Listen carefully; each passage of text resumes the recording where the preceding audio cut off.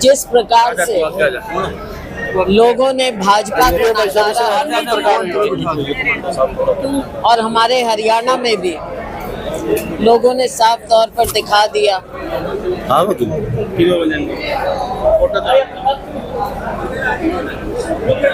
सब लोगों ने, छत्तीस बिरादरी ने, कि वो भविष्य की ओर कैसे देख रहे हैं।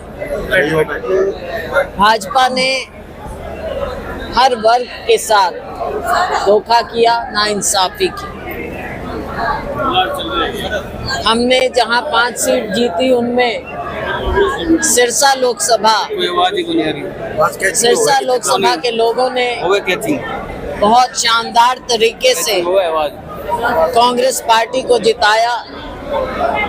हमें बहुत अच्छे बहुमत से 2,68,000 मार्जिन से कांग्रेस पार्टी ने जीत हासिल की, मुझे अपना सांसद बनाया।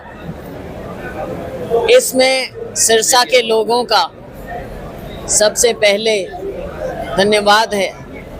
साथ में हमारे कार्यकर्ताओं ने जिस प्रकार से ये चुनाव लड़ा, उनका धन्यवाद है। हमने 9 के 9 हलकों में कार्यकर्ताओं का धन्यवाद किया है। आज उकलाना में है, क्योंकि उकलाना और सिरसा हल्का आप समझिए मिला जुला सा ही। तो उकलाना के लोगों ने पूरी तरह से इस चुनाव में मेरा योगदान दिया। यहाँ से तो कांग्रेस को जिताया ही, लेकिन मेरे लिए भी व्यक्तिगत रूप से सबने अपना चुनाव समझते हुए जहाँ जिसकी जो हो सके, चाहे नरवाना हो, चाहे टोहाना हो, फतेहाबाद, रतिया, ज्यादा इधर ही हैं, यहाँ पर पूरी मेहनत की।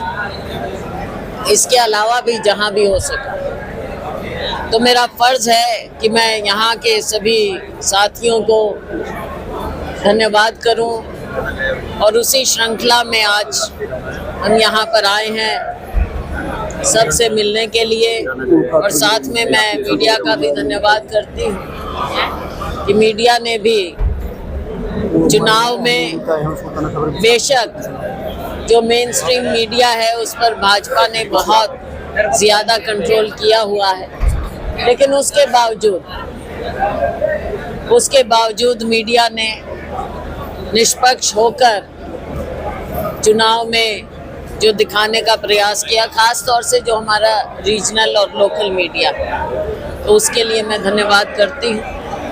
आगे भी अब विधानसभा का चुनाव है 2 महीने बाद, तो उसके लिए भी हम सबको कमर कसनी होगी ताकि यहाँ भी हम व्यवस्था परिवर्तन लाएं और कांग्रेस की सरकार बने। लोगों को विकल्प कांग्रेस में ही नजर आता है, इसलिए हमको मेहनत करके ज़्यादा से ज़्यादा सीटें जीतनी है। उसके लिए सभी लोग काम करेंगे।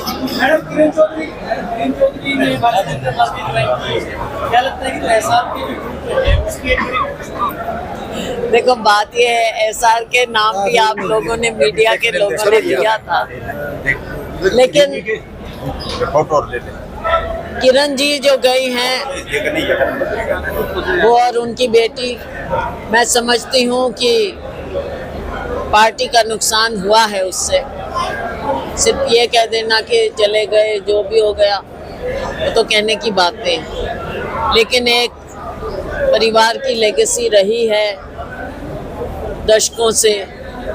और किरण जी खुद भी देखो, जब इनका परिवार भी दूसरी पार्टी में था, लेकिन ये कांग्रेस में रही थी उस समय में, उनके जाना तो नुकसानदायक है ही, ठीक नहीं हुआ, लेकिन उनके साथ भी इंसाफ नहीं हुआ था। आप ये समझो, अब तो चलो चले गए हैं, अब उनके बारे में मैं आगे तो क्या बोलूं, लेकिन स्टार प्रचारक क्या होता है? स्टार प्रचारक तक में उनका नाम नहीं दिया, उनका, उनकी बेटी का।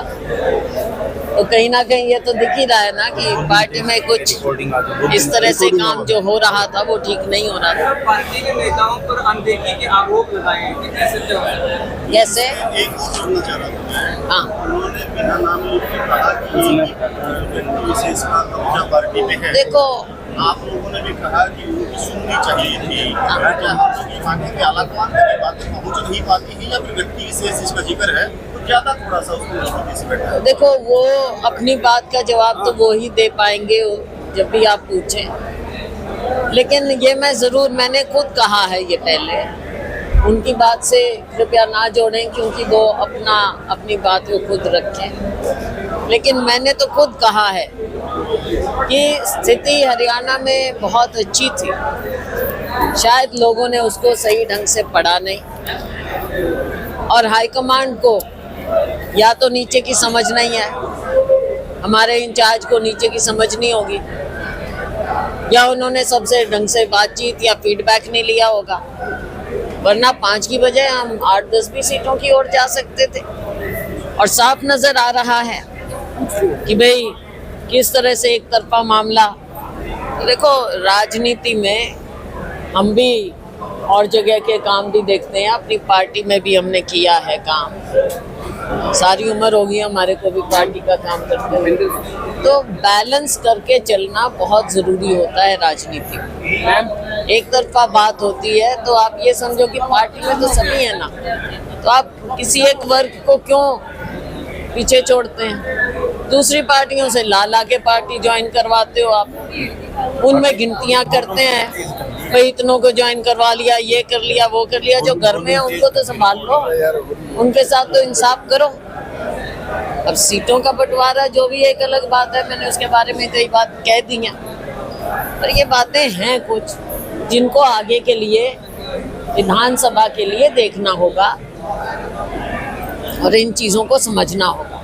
मैम, क्या मानते हैं कि जो भूपेंद्र सिंह हुड्डा है उनका टिकट लेकर हुड्डा एक दबदबा रहा था, ये बिल्कुल समान रूप से बीजेपी का टिकट मिल रहा है? देखो, इसमें समान या क्या, क्योंकि 10 सीट होती हैं, 10 सीट में अब हरियाणा को इतना ज़्यादा बड़ा राज्य तो है नहीं, इसमें क्या तो आपने बंटवारा करना है, क्या नहीं करना। सही ढंग से भी आप टिकट वितरण कर देते तो ठीक रहता।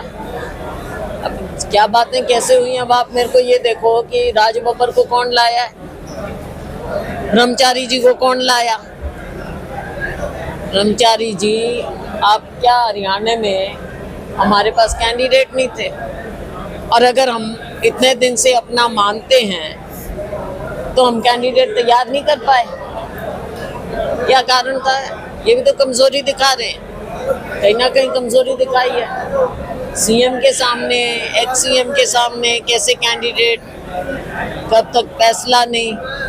तो भाई जब बैलेंस एक तरफ इतना ज्यादा था तो उन्हीं की चली होगी, उन्हीं की सिफारिशें ज्यादा चली होंगी, हम तो अपने चुनाव में बिजी हो गए। हुड्डा जी तो कह रहे हैं कि अगर शिकायत करें तो आप हाईकमान से करते। देखो, अब उन्होंने क्या कहा है, क्या नहीं कहा, मैं किसी की टिप्पणी पर टिप्पणी नहीं करूंगी, मैं तो अपनी बात रखूंगी और मुझे कोई सीख ना दे। जो हाईकमांड या जो पार्टी फोरम है, हमको सारा पता है कहाँ पे क्या हमने क्या कहा है, क्या नहीं कहा। सारी बातें मीडिया के सामने हम नहीं रखते, कहाँ कहना है हमको सब पता है। वो भी सारी बातें मीडिया के सामने, मैं तो मोटी मोटी बात रख रही हूँ, सारी बातें मीडिया के सामने नहीं कर रहे, सिर्फ हम तो बता रहे हैं जो सबको दिख रही है बात, जो आप लोगों ने भी विश्लेषण किया। कुछ बातें हैं, लेकिन मैं फिर भी कहती हूँ कि इन सब चीज़ों को देखना चाहिए कि आगे के लिए कैसे ठीक करें। भाजपा की जिला अध्यक्ष आशा केतर ने कहा कि मेरे को तो देखो, मैं तो अपने चुनाव में बिजी, मेरे को नहीं पता वहाँ पे कौन सी क्या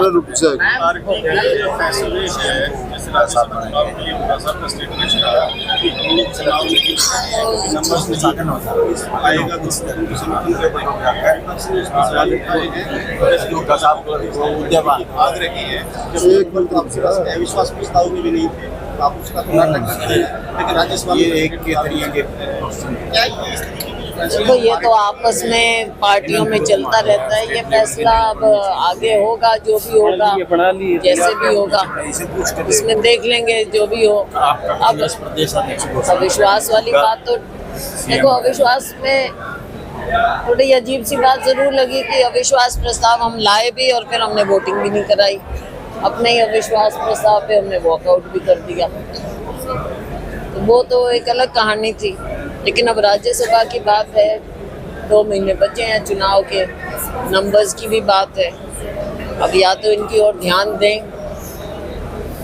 देना चाहिए कि किसको अपनी ओर ला सकते हैं हम, किसको नहीं ला सकते, या बिल्कुल ही हमने उधर देना है, तो वो भी बात है। देखो पार्टी में सारे जमा घटा सब बुलाना की जनता काफी उत्साहित नजर आ रही थी, और जो सिरसा चुनाव आपने जीता उसके बाद और भी काफी उत्साहित नजर आ रही है। तो क्या यहाँ पे आप स्वयं आएंगे या फिर अपना एक प्रतिनिधि रहेंगे? देखो प्रतिनिधि मेरा तो कौन है, पार्टी का होता है, लेकिन हाँ अपना उसमें हम फीडबैक जरूर देंगे, सारे सालों में आपने बताया फीडबैक तो देंगे, इनपुट तो देंगे कि भाई यहाँ कौन ठीक हो कौन ना हो। अभी जैसे आपने प्रभारी को लेकर के जिक्र किया, 40 सीटों पे लोकसभा का अगर हिमाचल करें 40 सीटों पे कांग्रेस की है, अगर आगे भी इसी तरह से रहा तो फिर एक तरफा चला जाएगा? नहीं एक तरफा तो नहीं है, आज के दिन तो मैं वही कह रही हूँ, लग रहा है ना, अगर कैंडिडेट थोड़े और हम मजबूत देते तो ये इतना थोड़ा ही रहता, फिर तो ये ज्यादा होता। लोगों की तो इच्छा थी ना, लोग तो चाह रहे थे कांग्रेस को, कांग्रेस के कैंडिडेट्स को, लेकिन अगर कैंडिडेट ही नहीं सामने, अब चाहे आप वहाँ की कर लो बात, गुड़गांव की कर लो, कैप्टन अजय होते उन्होंने काम किया था, उनको मिलता, मुझे विश्वास है कि हम जीत सकते। हाँ जी, पार्टी प्रदेश अध्यक्ष तो कह रही है कि हुड्डा साहब सीएम बनेंगे, उदय पान जी कहते हैं, हर प्लेटफॉर्म पे कह रहे हैं। उदय भान जी कह रहे हैं कि हुड्डा सीएम बनेंगे, बाकी और कोई नहीं। अब देखो उनकी अपनी वो, लेकिन अब जब दूसरों को नसीहत दें तो खुद भी देखें कि भाई वो किस हिसाब से इस तरह की बात कह रहे हैं। क्या हाईकमांड से पूछ के आए हैं क्या? हाईकमांड ने कहा है क्या? जी बता दें, सबको बता दें।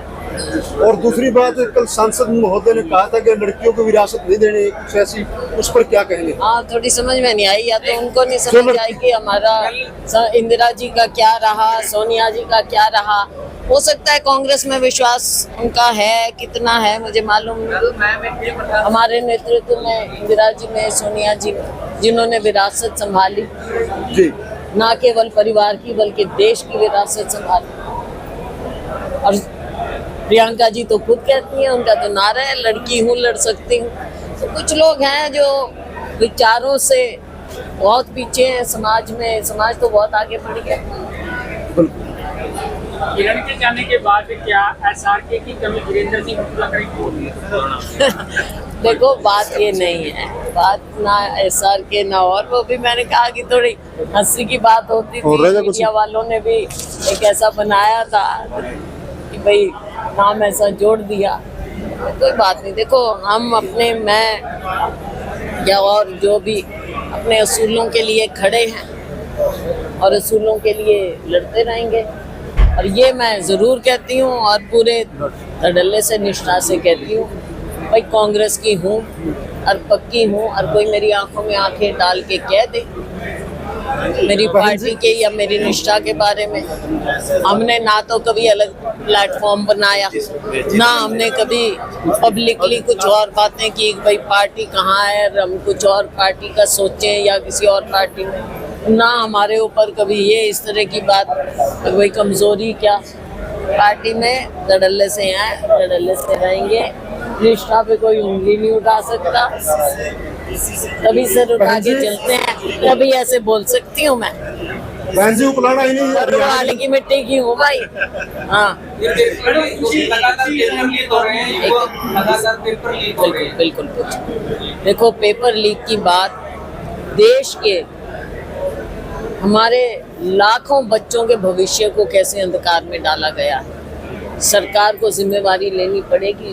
और क्या रातों रात क्या लेके आए हैं कानून, जी। रातों रात, क्योंकि इतनी रिएक्शन हुई है देश में, सुप्रीम कोर्ट तक इसमें आया, इतनी बड़ी बातें हुई, तो इनको एकदम ये रिएक्शन जो ये करते हैं ना, बजाय इसके कि अपनी कमजोरियां देखें, क्यों इनके राज में इतने पेपर लीक हुए, चाहे अपने हरियाणा में देख लो, चाहे केंद्रीय लेवल पे देख लो, चाहे इन और राज्यों में देख लो जहाँ भाजपा काबिज थी सत्ता में, इतने पेपर लीक हुए और हमारे बच्चों के भविष्यों के साथ खिलवाड़ हुआ, तो भाजपा को इसका जवाब देना पड़ेगा। युवा पीढ़ी के भविष्य को आप अंधकार में डालते हैं। कुछ ही समय के बाद क्या उसकी भी टिकट वितरण लोकसभा चुनाव की तरह होने वाली है? शैलजा का इसमें कुछ हाथ रहेगा? देखो, बात शैलजा की नहीं है, हम तो फीडबैक देंगे, इनपुट देंगे, हमको जो ठीक लगेगा वो हम कहेंगे, अपनी बात हम रखेंगे। कैसे देखते हैं?